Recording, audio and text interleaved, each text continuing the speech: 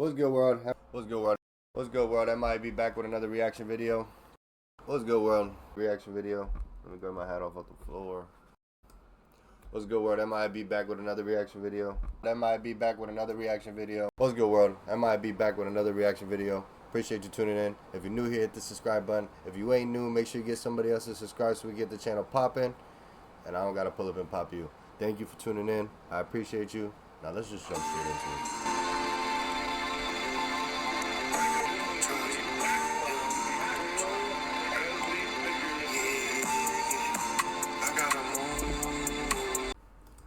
What's good, well, we're back with another reaction. We're doing a guy with a sword versus 50 cops. Let's see what goes on. Date is April 3rd, 1997, and in the city of Seattle, Washington, at around 11 a.m., 911 operators would receive a call that would change the course of history. Hello, 911, what's your emergency? There's a black man. He's carrying something that looks like a samurai sword. Okay, calm down, please don't racial profile. Does he appear to be dangerous? He's just standing there, but everyone's freaking out. What is your current location? 2nd and Pike. Okay, I want you to stay on the line. I'm going to alert law enforcement of the situation. Just send help now, please. Call for me. Okay.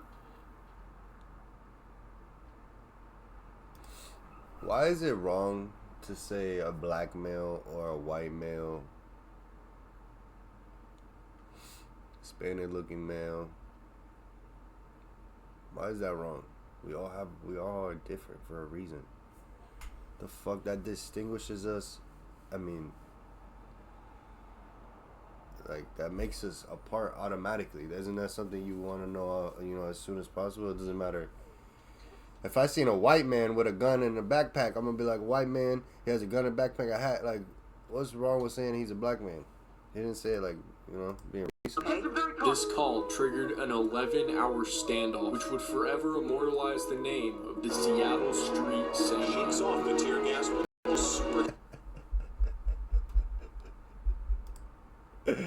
He got his own video and everything, bro. This is Seattle street summer. We're gonna find out. The man refuses to surrender his weapon without a fight.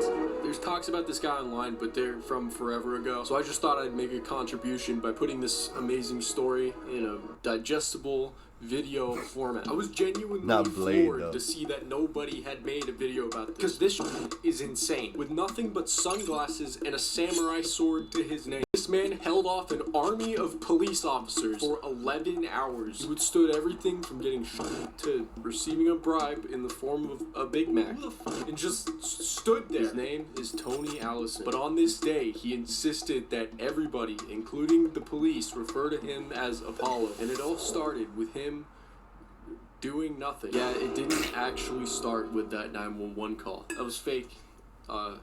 Surprise. It was actually an off-duty police officer, and he was alerted about a man in camo pants and a leather jacket that was quote-unquote disturbing. So this off-duty police officer decides to follow him from Pike's Place Market to the corner of 2nd and Pike. Bro, you're off-duty. Try hard much? Anyways, this is where you see him in the video. Now, Apollo was suspicious of this guy following him, and rightfully so. I would be as well. So he took what the cop describes as a defensive stance with his sword at the ready, which is understandable in a defense situation like this one. But sadly, that was enough for the off-duty cop to call his buddies, and they would remain in that same location for the next 11 hours. They closed all the stores, evacuated everybody, shut down all the streets, caused traffic jams. And in case you guys are wondering whether he's actually dangerous with a sword, the news report made sure to seek out a trustworthy source. The man confirms authorities' worst. No way. No way. They said don't profile on the phone, and the first thing they do was choose a Japanese guy to talk about a sword. He knows how to use the sword. When the cops got there, apparently they tried to bribe the samurai sword out of his hand with a glorious sum of a big man. $50. I want you to take one look at this guy and guess how he responded. Defensive stance. No, but actually, he didn't say anything for the entire 11 hours.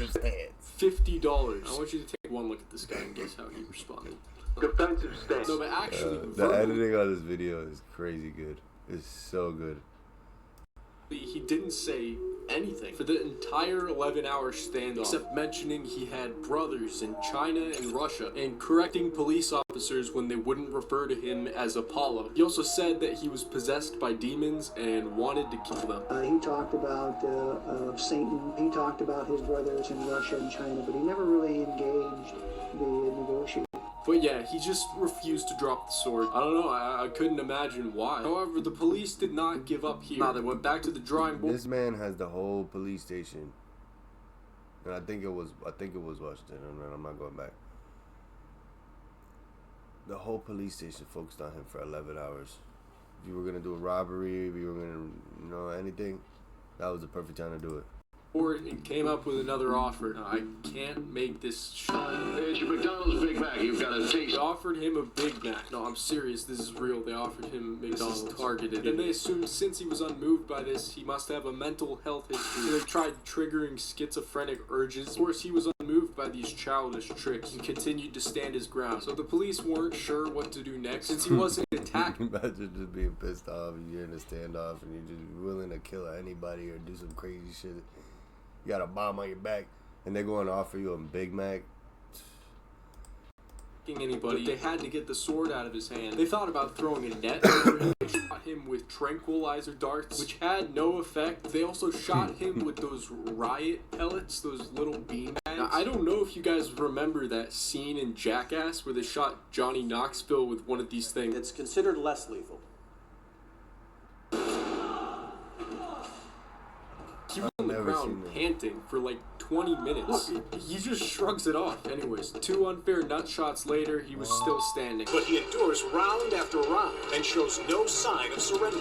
So then they decided the best I never seen somebody eat those like that, ever. route to take is... He just ate those mean bag shots in his defensive stance. He was on the ground panting for... like 20 minutes. Look, he just shrugs it off. Anyways, 2 unfair nut shots later, he was still standing. But he endures round after round and shows no sign of surrender.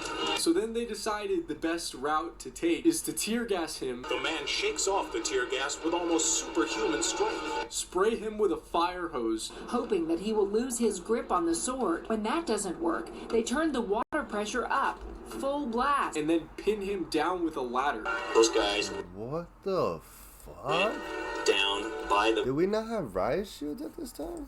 book exactly what they were supposed to do. Oh, yeah, of course. I'm pretty sure this is the definition of by the book, actually. Now, when you look at this from the outside, who is in the wrong here? Guns with special bean bags that strike with the same impact as a heavyweight boxer's punch. Chemical agents or tear gas makes the suspect very uncomfortable. Burns his eyes, burns his skin, and it makes it difficult for him to breathe. The jets of water pack the force of a hurricane wind. Then, in a highly orchestrated maneuver, police pin the suspect down with a Highly orchestrated. ladder, pole, and riot shield. By the book, exactly what they were supposed to do. Yeah, I agree. I don't know. You guys don't want to know my opinion. What do you guys think? Would you consider Hold on, this? what You guys don't want to know my opinion. There were no injuries. What do you guys think? Would you consider this excessive force? Let me know in the comments. You might think this man's had enough. But the tragedy of Tony Apollo Allison's story is not done. As it turns out, only a year prior to the sword incident, Tony Apollo Allison was released from Western State Hospital after finishing a 10-year sentence from a charge in which he pled not guilty due to insanity, a charge of second-degree assault with intent to... Before this incident, he was an alcoholic, wandering the streets with a sword on his back, and now he's a man with his name engraved in history. He was later sent back to Western State Hospital. However, his current whereabouts are unknown. Until now, in a twist of events, I think I might have just found him, or at least some potential evidence he's still out protecting the city. Back in 2021, a dad was with his son at Bitter Lake Playfield, and while passing by a homeless encampment, spotted this distinct shiny object sticking out of the debris. Now, the location of this park happens to be about 50 miles away from Western State Hospital, or a mere 8.2 miles away from where this whole thing began.